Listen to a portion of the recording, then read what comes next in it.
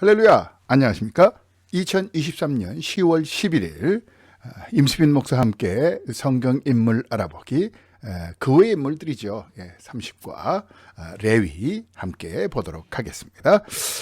기도하고 시작합니다. 하나님 아버지, 오늘도 레위를 통하여 제사장 종된 우리가 하나님의 거룩한 영광을 위해 쓰임받을 수 있도록 이끌어 주옵시고 깨닫게 하여 주옵시며, 우리의 삶 속에 레위와 같은 악한 것들은 사라지고 하나님께 영광 돌리는 것만 남을 수 있도록 인도하여 주옵소서. 모든 시간 주님께 의탁합니다. 예수님의 이름으로 기도합니다. 아멘. 오늘 제30과 레위 함께 보도록 하겠습니다. 출애굽기 32장 26절. 이에 모세가 진 문에 서서 이르되 누구든지 여호와의 편에 있는 자는 내게로 나오라 하매 레위 자손이 다 모여 그에게로 가는지라. 아멘.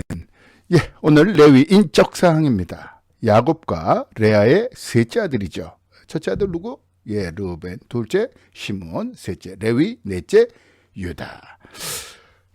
창세기 29장 34절. 그가 또 임신하여 아들을 낳고 이르되 내가 그에게 세 아들을 낳았으니 내 남편이 지금부터 나와 연합, 하나님이 나와 연합 보다 남편이, 그런데 그의 이름의 뜻이 레위. 35장 23절 창세기. 레아의 아들들은 야곱의 장자 루벤과 그 다음 시므온과 레위와 유다와 이사갈과 스불론이요. 역대상 2장 1절. 이스라엘의 아들은 이러하니 르우벤과 시므온과 레위와 유다와 이사갈과 스불론과 이렇게 6명이었죠. 자, 넘어갑니다. 두 번째, 레위 지파의 조상이었다는 거. 레위 지파의 조상이 레위죠. 자, 세 번째, 세 아들 곧 게르손과 고학이 아닌데요. 고핫과 무라리가 있었다는 거. 고핫 자손들 나중에 엄청난 일을 벌이긴 하죠. 자, 레위 지파는 성전을 돌보는 직무를 담당했다는 겁니다. 지금으로 말하면 목회자라고 할 수 있는 부류의 사람들이죠. 자, 137세에 죽었습니다. 올해도 살았습니다. 자, 레위는 연합한 또는 집착이란 의미라는 겁니다. 대단히 무섭죠. 레위는 연합한 또는 집착. 끝까지 레아가 집착하고 있죠. 남편에 대해서요. 레위는, 자, 생애 주요 사건. 레위는 잔인한 살인으로 야곱에게 저주를 받았으나 후에는 성소봉사를 위한 특별한 자손으로 성별되는 축복을 받습니다. 하나님은요, 우리 인간에게는 양면성이 있죠. 굉장히 악한 본성, 죄의 본성은 가지고 있습니다. 그러나 그 죄의 본성으로 끝나는 것이 아니라 하나님께 영광 돌리기의 삶을 되돌린다면 하나님은 그를 특별한 자, 성별하는 축복을 허락하십니다. 그 축복이 저와 여러분에게 있기를 바랍니다. 첫 번째, 잔인한 살인자였죠. 어떤 살인자였습니까? 누이를 강간한 세겜 족속들에게요, 잔인하게 복수하죠. 무엇을 하라고 하죠? 할례를 취하라. 그러면 모든 남자가 할례를 취했을 때 어떻게 합니까? 3일 만에 가서 다 죽여버리죠. 아주 잔인한 살인자입니다. 주동자였죠. 야곱은 그의 예언에서 시므온과 레위를 저주할 정도였죠. 창세기 49장 5절에서 7절. 시므온과 레위는 내 형제요, 그들의 칼은 폭력의 도구로다. 내 호나 그들의 모의에 상관하지 말지어다. 내 영광아 그들의 집회에 참여하지 말지어다. 그들이 그들의 분노대로 사람을 죽이고 그들의 혈기대로 소의 발목 힘줄을 끊었음이로다. 그 노여움이 혹독하니 저주를 받을 것이요 분기가 맹렬하니 저주를 받을 것이라. 내가 그들을 야곱 중에서 나누며 이스라엘 중에서 흩으리로다. 아주 흩어버리겠다라는 저주를 하지만 나중에 하나님께서는 하나님을 예비하는 레위 족속으로 삼으시죠. 광야에서 3,000명의 배교한 히브리인들을 살해하죠. 고핫 자손이 막 들고 일어났을 때 어떻게 합니까? 너희는 우리 하나님의 편에 설 사람들은 우리 뒤로 서라. 그래서 그렇지 아니하는 자들을 다 죽여버리죠. 무서운 이야기가 있습니다. 하나님을 위해서 칼을 들 수 있는 자였던 거죠.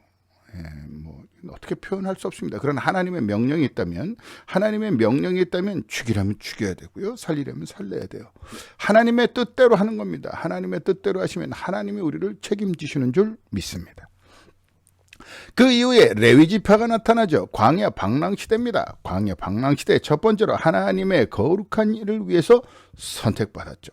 하나님의 거룩한 일, 예비하는 자, 제사 드리는 자, 하나님께 제사 드리는 자로서 특별히 성별되었습니다. 성소 봉사 기간은 25세에서 50세까지로 제한되어 있지만 그 일들을 충분히 감당해낼 수 있었다는 거죠. 50세가 지나면 감독자로 활동을 했고요. 이들의 직무는 율법의 수행 및 보존과 전수였던 겁니다. 특별히 레위기서를 통해서 우리 그리스도인들이 올바른 삶이 무엇인지를 깨달을 수 있게끔 해주는 귀한 말씀들을 공부할 필요도 있습니다. 레위기서를 하게 나서는 어떤 일들이 일어나느냐? 이 그리스도인이라는 자부심이 생깁니다. 왜? 하나님을 예배할 수 있는 유일한 자라는 것. 이러한 직무를 감당하기 위해서 레위의 아들인 무라리, 게르손, 고앗 세 계열로 구분되고 있었죠. 성막의 모든 봉사하는 일을 맡았고요. 민수기 18장 4절에. 자, 그와 같습니다. 자, 레위 지파는 또 어떤 일을 했느냐? 가나안 정복 시대 때 가나안 땅에서 기업을 받지 못했죠. 왜? 하나님을 예배하는 자들은 특별히 어떤 직무에 시달려서는 안 된다. 하나님만을 예배해야 된다. 그래서 지금도 제사장족의 목회자들은 이중직을 허하지 않고 있는 것입니다. 신명기 10장 9절에 그러므로 레위는 그의 형제 중에 분깃이 없으며 기업이 없고 내 하나님 여호와께서 그에게 말씀하신 같이 여호와가 그의 기업이시니라. 아멘. 참 은혜로운 말씀입니다. 백성들이 바친 11조를 기업으로 받았습니다. 그러니까 무슨 이야기입니까? 목사님들은 청렴해야 됩니다. 맞는 말씀입니다. 그러나 구약시대로 따지면요, 목회자들은 이중직을 허락받지 못한 대신 무엇을 주셨느냐? 하나님의 11조를 모두 받을 수가 있게 하셨어요. 여러분, 200만이 넘는 사람들이 11조 드렸고요. 예, 그 당시로 따지면 지금도 몇 천만이 되는 그러한 인구들이 11조 했을 때 제사장족들이 다 그걸 받았다. 과거의 구약시대 때는 대단히 부자였던 것이 바로 레위족, 제사장, 지금으로 목회자죠. 제가 그것을 받겠다 이런 뜻은 아닙니다. 그러나 제사장족인 목회자들이 부유하다? 그거 너무 좋은 겁니다. 교회에서는 그렇게 챙겨드려야 됩니다. 목회자가 풍성하도록. 그래야 풍성한 가운데 풍성한 말씀이 오는 거거든요. 어떤 분들은 지금도 목사는 고통을 당해야 된다 그러는데 가난해야 된다 그러는데 저는 그거에 동의하지 않습니다. 하나님이 물론 하나님이 부하게도 하시기도 하고 약하게도 하게 하실 수도 있습니다. 부족하게도 하실 수 있죠. 그건 하나님의 권한이죠. 인간이 따져서는 안 된다는 거죠. 어떤 목회자는 부유할 수도 있습니다. 어떤 목회자는 가난할 수도 있죠. 그건 하나님이 허락하신 분량이라는 겁니다. 저는 그것에 대해서 믿고요. 또한 내가 부하려면 부할 수도 있다. 야, 이거 사도 바울이 엄청난 축복 아닙니까? 목회자들에게 11조를 다 바쳤다라는 것. 이것은 기억할 만한 이야기이지요. 사사시대입니다. 사사시대에는 점점 부패합니다. 목회자가 부패했다는 얘기죠. 예, 지금 상황과 비슷하다 이런 말은 하고 싶지는 않습니다. 그러나 여하튼 목회자가 부패하게 되었는데 통일왕국 시대에 와서는 성소 봉사와 율법 교육, 율법의 필사와 해석, 역사 기록을 담당하는 일들을 제사장족들이 했죠. 바리새파 많은 부분들이 레위족이 아니었을까 그런 생각도 물론 사도 바울은 베냐민 지파기는 하지만요. 여하튼 자, 그와 같은 일들이 있었습니다. 계속해서 넘어갑니다. 분열왕국 시대, 종교적, 정치적으로 활발히 활동했다는 거죠. 역대하 24장 5절에 보면 제사장들과 레위 사람들을 모으고 그들에게 이르되 너희는 유다 여러 성읍에 가서 모든 이스라엘에게 해마다 너희의 하나님의 전을 수리할 돈을 거두되 그 일을 빨리 하라 하였으나 레위 사람이 빨리 하지 아니하니라. 왜? 종교적, 정치적으로 활발히 활동을 했기 때문이죠. 어떠한 영향을 많이 받았다는 거죠. 신정은 분리돼야 됩니다.